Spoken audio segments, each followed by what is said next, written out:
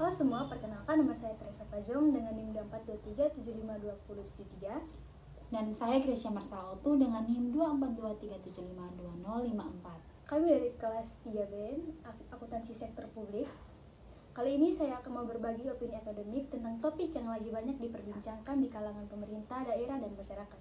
Kebijakan dan penghapusan dana desa, kasus korupsi yang kerap menyertai pengelolaan, serta bagaimana akuntansi desa bisa jadi solusi terutama dengan munculnya gerakan Koperasi Merah Putih di berbagai daerah di Indonesia, termaksud mungkin sekitar kita di Kupang.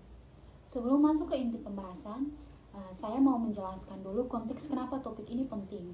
Jadi dana desa sendiri awalnya dibuat untuk memberdayakan desa agar bisa mengelola keuangan dan membangun pembangunan secara mandiri.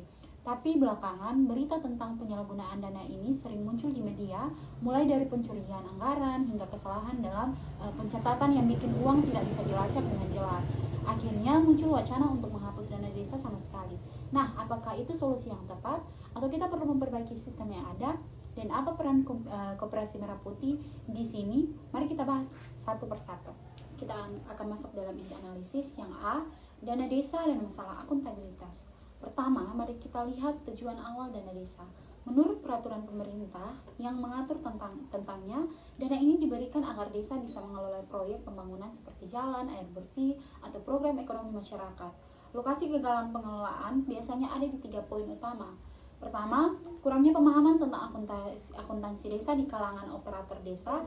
Banyak kasus di mana pencatatan transaksi tidak sesuai standar, entah karena tidak ada SOP yang jelas atau petugas yang menangani belum terlatih dengan baik. Ini bikin celah untuk penyalahgunaan karena tidak ada bukti yang jelas tentang kemana uang itu dialirkan.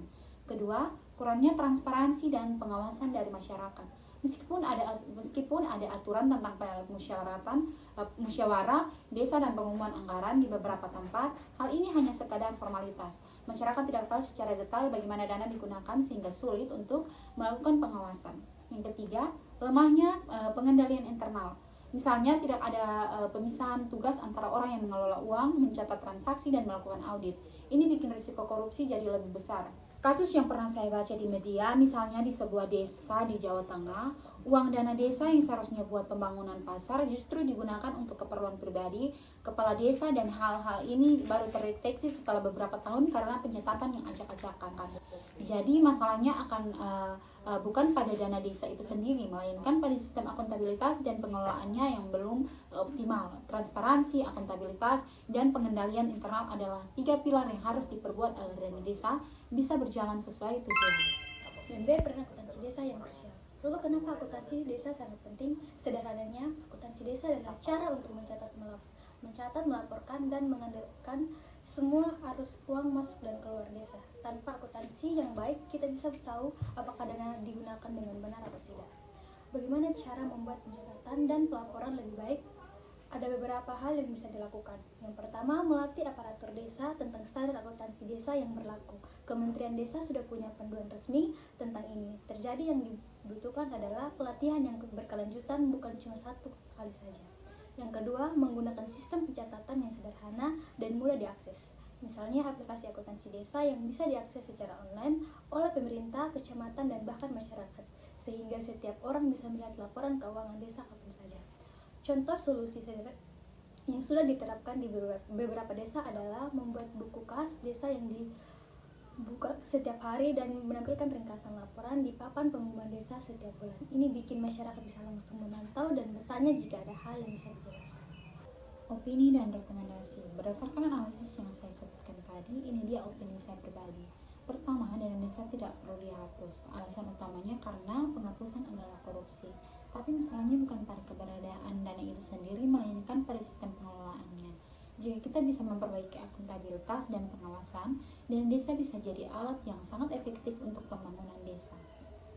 Yang kedua, sistem akuntansi desa harus segera diperbaiki secara menyeluruh. Bukan cuma soal pencatatan, tapi juga soal bagaimana laporan keuangan disajikan dan diakses oleh publik. Pemerintah daerah perlu memberikan dukungan teknis dan sumber daya agar desa bisa menjalankan sistem ini dengan baik. Ketiga, Koperasi Merah Putih bisa jadi mitra penting dalam pengelolaan ekonomi desa. Koperasi ini bergerak di bidang simpan pinjam dan usaha ekonomi rakyat Dan jika dikelola dengan prinsip akuntansi yang baik, bisa membantu masyarakat desa mengelola keuangan mereka sendiri serta mengurangi ketergantungan pada dana pemerintah yang rentan korupsi.